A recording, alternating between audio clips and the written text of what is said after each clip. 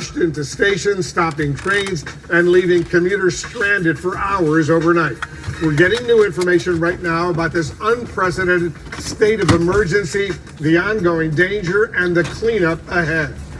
We want to welcome our viewers here in the United States and around the world. I'm Wolf Blitzer. You're in the Situation Room.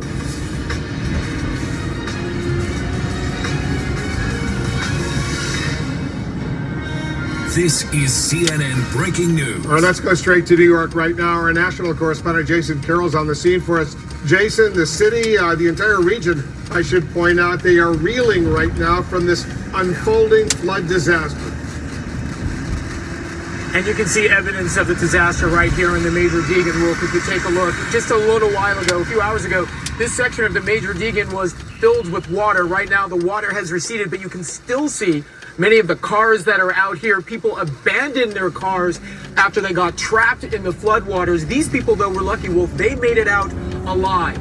But last count, some 26 people were killed in the Northeast. Tonight, historic flooding pummeling the Northeast, and the race now to rescue people from their homes.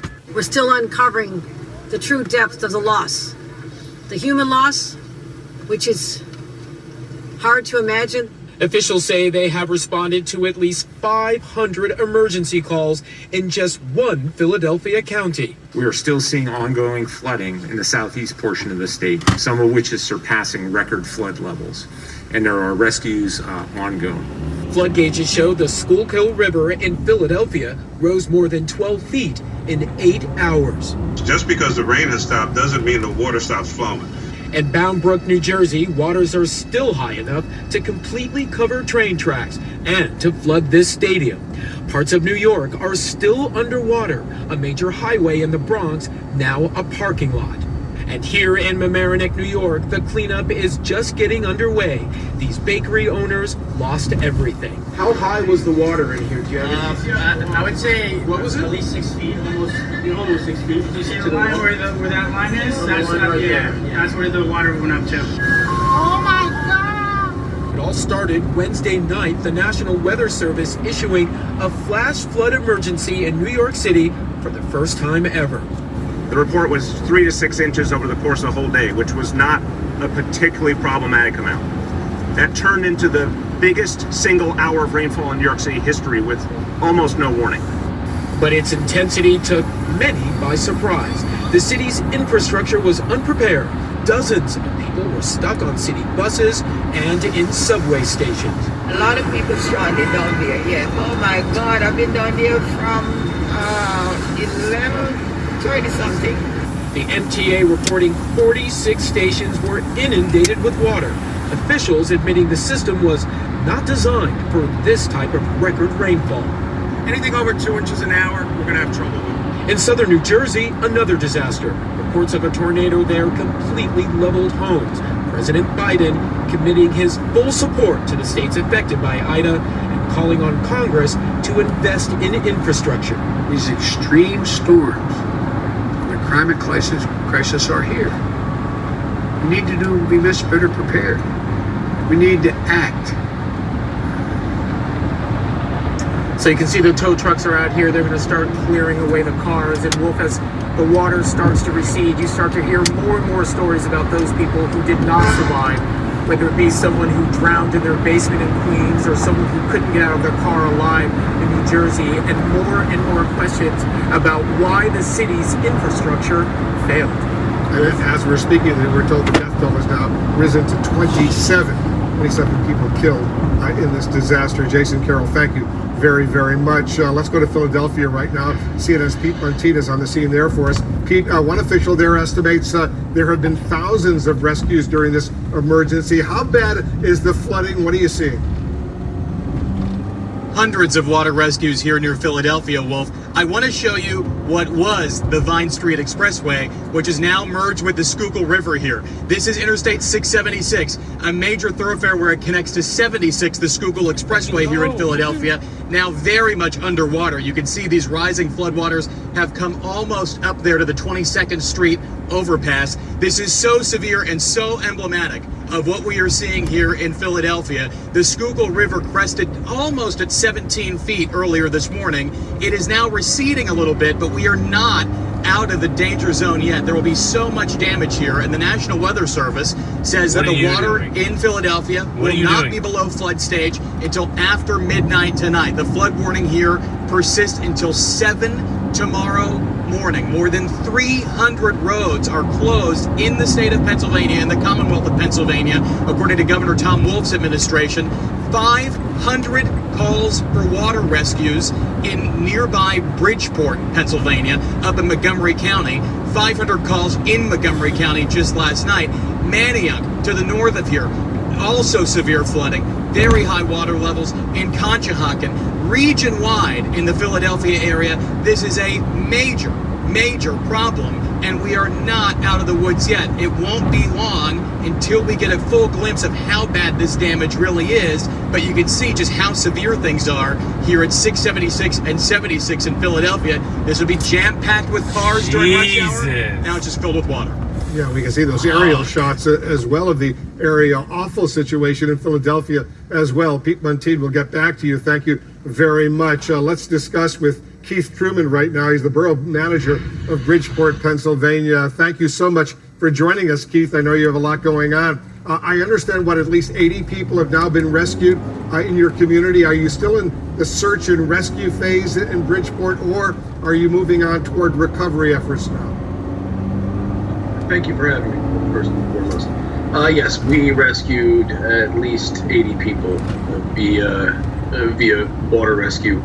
That ended somewhere in the vicinity of 1:30 this afternoon. Waters have receded since then. Earlier this afternoon, your mayor, Mark Barbie, told CNN there were no storm-related deaths in Bridgeport. Is that still the case? Unfortunately, that is not the case at this point. We do have one confirmed casualty after evacuation and rescue operations have ended. We were able to ascertain that there was, in fact, one casualty. Mayor Barbie also told us, Keith, that some homes in Bridgeport, your community, are 3/4 of the way underwater. Were you able to get any type of significant warning out to your residents before these waters started rising? Well, Wolf, we are, for a bit of sense of scale, we are a municipality of about 4,600 residents, 0.6 of a square mile. We did, through our typical methods, be it social media and our website, try to notify residents to, at the very least, seek high water, park their cars in higher elevations throughout the community, whatever they can do to mitigate any risks that were forthcoming. Based on National Weather Service reports and county reports that we were getting, we anticipated this rainfall to mirror, if not slightly exceed, Isaias from last year. And we were using that as a bellwether. And unfortunately, as everything has played out along the eastern seaboard, it's certainly dwarfed Isaias. It certainly did, and there's a lot of disappointment right now that there wasn't better appreciation of what was about to happen. What do your residents need most right now, Keith? What steps are you taking to provide for those who are in desperate need? So now that we've concluded the search and rescue operations, we move on to cleanup. We work in tandem with the local southeastern Pennsylvania utilities to make sure that gas and electric services are shut off to these houses in the interim until certified professionals can come in and verify that the systems are able to are still operable, and that residents, once remediation has taken place, can in fact move back in. What these residents need right now is shelter, The Red Cross has set up a regional shelter in an adjacent municipality. And they're certainly going to need support from county and state and local government moving forward in terms of trying to get a semblance of their life back together. Well, good luck, Keith. Keith Truman is the borough manager for Bridgeport, Pennsylvania. Pictures are awful. We'll stay in close touch with you. Good luck to all the folks there. Thanks so much for joining us. Thank you all. I want to show our viewers some live pictures, some pictures we're getting in from Manville, New Jersey. These are live pictures coming in right now in Somerset County in New Jersey. You can see the disaster that has unfolded there. Look at the flooding on these streets in Manville, New Jersey. And you can see all these residential areas underwater basically right now. There are some fires that have erupted there. Look at that house over there. That was a house. It's now on fire in this area. And unfortunately, we see so many of these incidents unfolding in these communities. This Manville, New Jersey, Somerset County. Keeping track of all of this for us, our meteorologist, Jennifer Gray. Jennifer, the skies have cleared, but the disaster is still unfolding. What's the latest? You're right, Wolf. It's far from over. The rain has ended, but the water is still high, and it's going to take several days for that water to recede. The water quickly filled up the roads, the creeks, the rivers, and it came up quickly, and now it all has to flow back down, and that's going to take several days. Here is all the rain that fell. We knew we were going to get flooding. There was a high risk of flooding in this area yesterday, but what was stunning was how fast the rain came down in such a short amount of time. Ida impacted 22 states, traveled 1,500 miles. There were more than 500 flood reports. Look at all these records, daily records. More than 20 were set across the Northeast yesterday. We had about 8.5 inches of rain across portions of New Jersey, Brooklyn, New York, almost 8. Newark, New Jersey, wettest day on record. New York City, Central Park, top 5 wettest day. But look at this, more than 3 inches of rain in 1 hour in Central Park. It doesn't matter your infrastructure, you are going to flood with rainfall rates that high. Flash flood emergencies spanned 190 miles practically from Philadelphia to New York.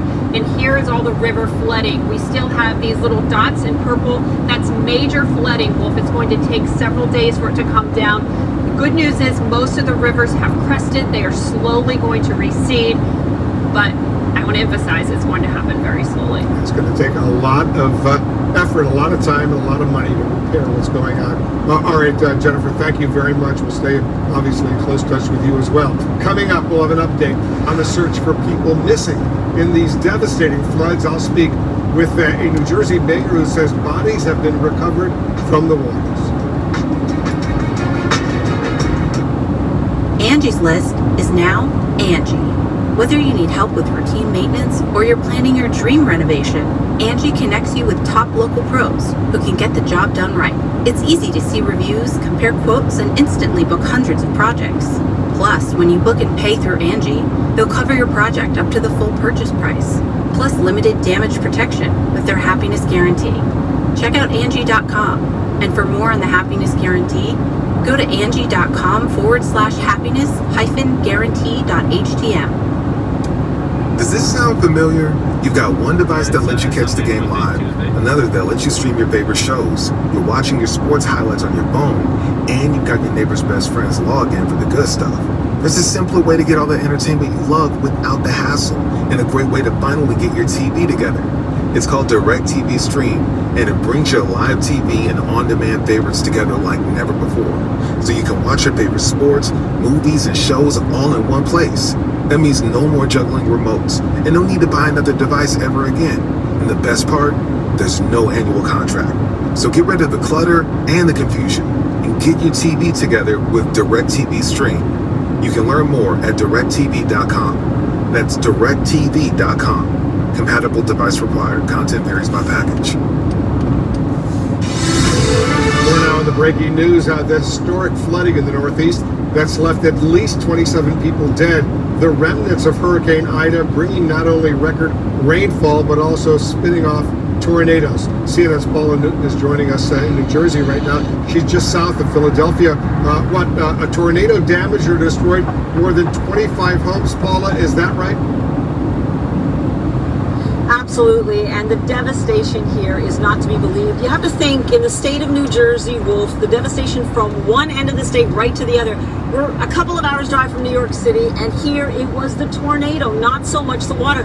Look at this home, Wolf. I mean, this was a family home built not that long ago, and by the description of people, the Thomas family that were in here, they said they had just a few minutes, 2 young girls, a pregnant mother, had to flee to their basement. They said when they emerged, they could actually continue to see debris falling into their basement. So many of these residents here, Wolf, completely terrified. I want you to listen to Mike Castle. Again, just making dinner. He was in the shower, and all of a sudden his wife got the alert on her phone. Take a listen.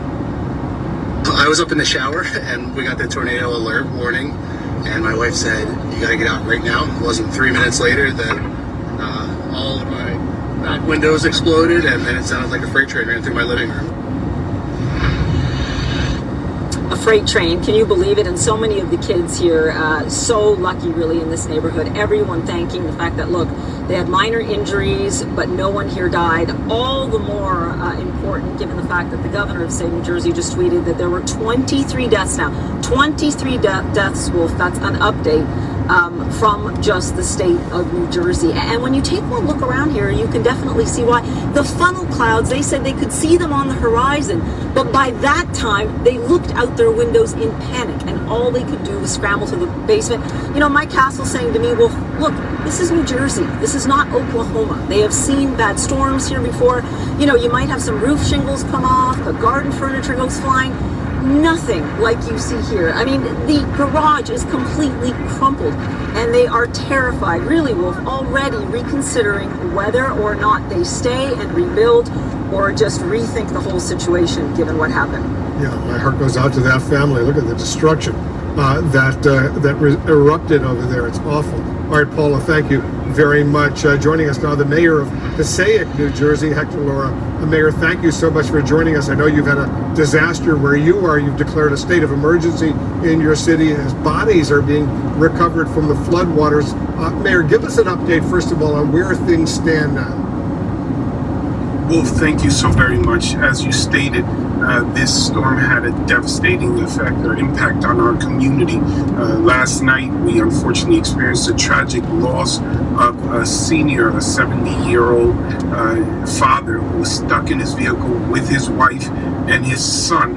And as a result of the heroic efforts of our firefighters, the son and the mother were able to be rescued. Unfortunately, over 6 feet of water in our streets completely covered the car, and it overtook it. The firefighters were literally dragged underneath the vehicle. They had to stop their efforts, and we lost that individual. Our city mourns, and our hearts go out not just for him and the family, but for all those that have lost lives throughout the state of New Jersey and around all of the states that were impacted by the storm. Early this morning, efforts began to locate 2 young adults. We received reports last night that a young man, 18 years of age, and a young woman, 21 years of age, or between 18 and 21, both of them had been swept away into one of our brooks under a culvert and possibly into the Passaic River.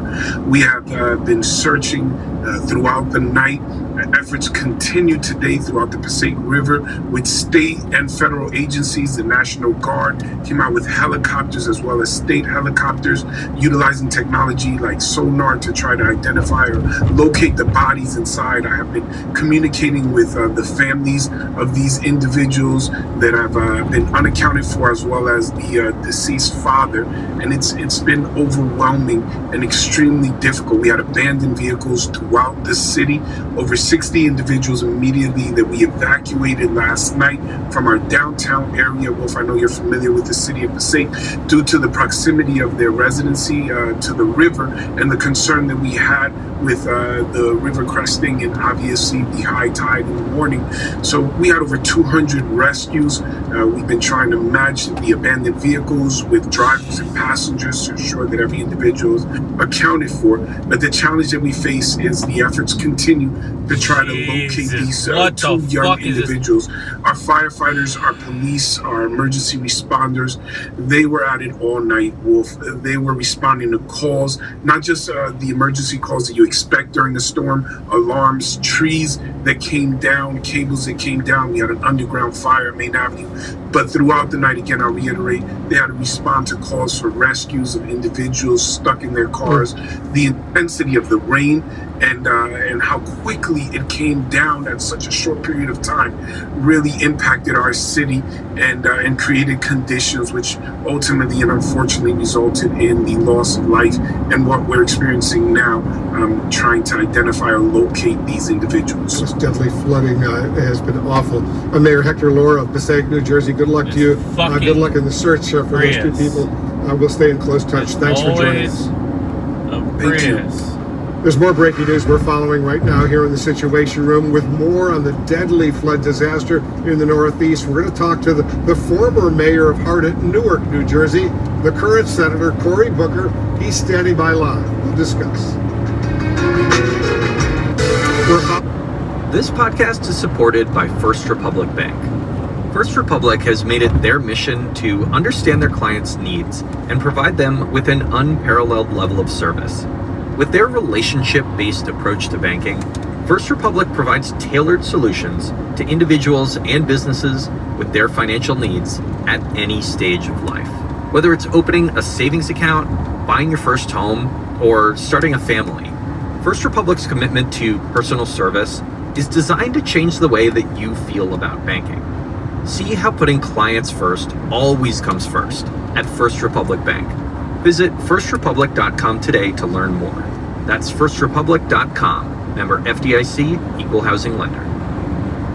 This podcast is sponsored by HomeTap. HomeTap is the smart new way to access your home's equity and pay for life's expenses without taking out a loan. Receive funding in as little as 3 weeks and use it for paying off debt, funding renovations, anything you like, all without monthly payments or interest. Learn how it works and get a personalized estimate at HomeTap.com. Once more, visit HomeTap.com for more details. Following the breaking news, the devastating and deadly floods in the Northeast caused by rainfall from the remnants of Hurricane Ida. Get this, the number has just increased. At least 45 people have died across Maryland, Virginia, Pennsylvania, New York, Connecticut, and New Jersey. Let's discuss with Democratic Senator Cory Booker of New Jersey. He's the former mayor. Why do you want to get in front if you're going to break at the fucking corner, you pussy? For joining us, can you give us an update on where things stand tonight? I'll show you exactly why. I mean, Wolf, it's tragic. We've seen, as you said, floodwaters, the rain, tornado hit our state in a way that I cannot remember happening. We set records in rainfall right here in my city in New Jersey for recorded time. Never seen something like this, and the death toll has just been risen in our state alone to 23 people. Not to mention what we imagine is going to be hundreds of millions, if not billions of dollars worth of property damage. It is a wretched moment in our state's history, and my heart is hurting. I've been on the phone all day with local leaders, mayors, as I was a mayor during Hurricane Sandy, and hearing the stories, hearing the challenges folks are going to face. And this is not something that you just clean up over the weekend and get back to normal. Families coming out of situations like this will take months or longer to recover, to get back on their feet, to deal with all the collateral damages that are going to result from this. This is a really sad day for our region at a time that from the Gulf Coast to the fires out west, America is suffering. How did this...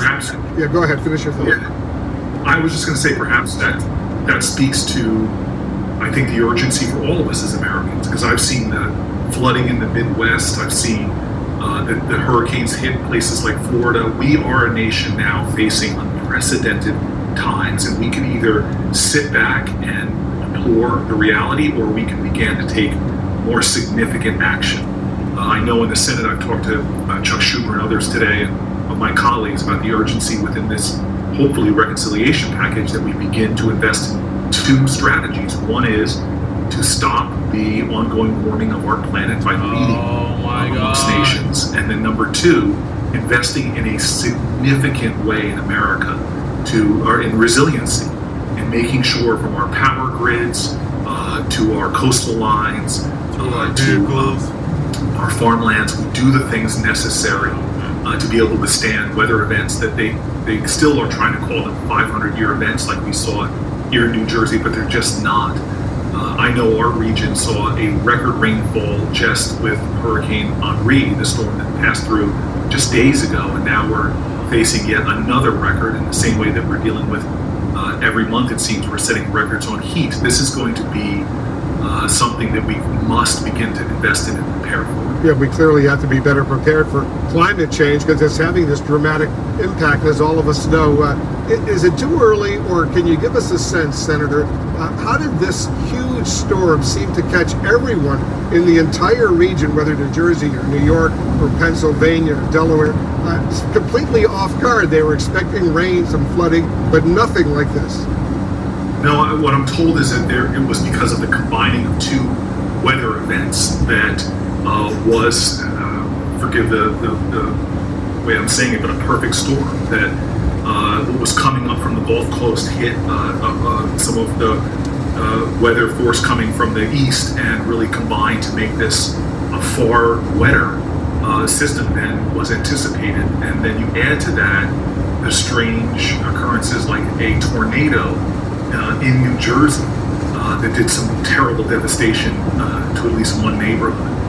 So this again is something, as I've talked to the governor, down to mayors, from the White House to fellow senators, we have to, as a country, for all of us, regardless of the region you live in, begin to do the prudent and responsible thing by making the investment now, because this is definitely a moment where we know that if we don't make these investments, we're going to be paying more for the damage. In other words, invest now billions of dollars necessary in doing strategic investments in infrastructure and resiliency, or we're going to be paying a lot more for the damage that climate change is going to inevitably result in. Yeah, these once-in-a-lifetime storms could become once every few year storms unless certain action isn't taken. Senator, thank you so much for joining us. Good luck to everyone in New Jersey.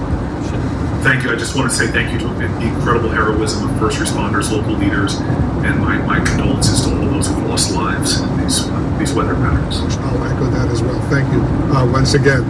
While the Northeast is reeling from the remnants of Hurricane Ida, Louisiana is still facing devastating fallout from the exact same storm, with 900,000 customers still without electricity, without power. CNN's Ed Lavandera is just west of New Orleans for us. And how bad is it where you are today? Hi, Wolf. Well, this was one of the hardest hit neighborhoods in the town of Laplace, just west of New Orleans, and the pungent smell of water still standing on the streets here almost 4 days after the storm passed through here is still evident. There are residents still cleaning up their belongings. Like, as I said, this was an incredibly hard-hit neighborhood. And the parish president here in St. John the Baptist Parish is telling residents that it is going to take a long time to get the electrical system back up online. And this comes at a terrible time. People are starting to run out of vital supplies, food and water distribution sites set up. But the parish president here is saying that virtually every part of the electrical system here in this parish has been decimated and needs to be rebuilt. So it is going to take weeks to get people back online, get the power back up, get the air conditioning going. So that does not come as welcome news to the thousands of people who are still here. And also, gas lines continue to be a major problem. Yesterday we were reporting that just over half of the gas stations in Baton Rouge and New Orleans didn't have gas. That number is now up to 65%. So that is becoming a real nerve-wracking and frustrating situation, because so many people are depending on just generators in their driveways to kind of power up whatever little appliances they can. So again, that's all just part of the major nightmare that the recovery of this storm is going to be for tens of thousands of people. Yeah, this storm has been devastating all the way from Louisiana all the way up to New York. Right now we've seen the results. Ed, thank you very, very much. We'll stay in close touch with you, Ed Lavandera, on the scene. Still ahead, the latest on the record flooding that has now killed at least 45 people in the Northeast. That number keeps going up and up. And up next, the U.S. Supreme Court allows the country's most restrictive abortion law to take effect in Texas, raising very serious questions about the future of Roe versus Wade.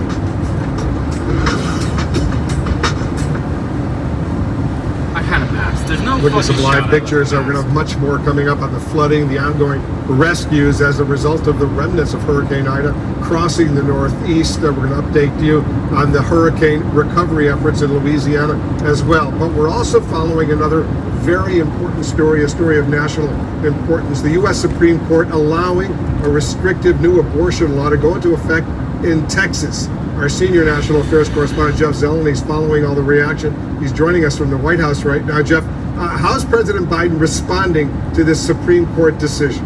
Well, President Biden is sharply responding to both the Supreme Court decision as well as the underlying Texas law. He calls it an unprecedented assault. He calls it unconstitutional.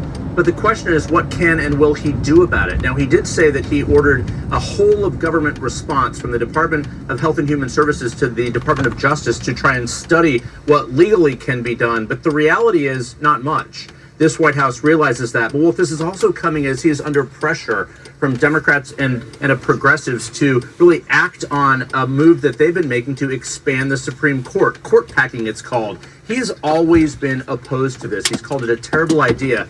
But he did appoint a commission to study this, and they're due back with a report on this next month. But the reality is he simply cannot change the makeup of the Supreme Court.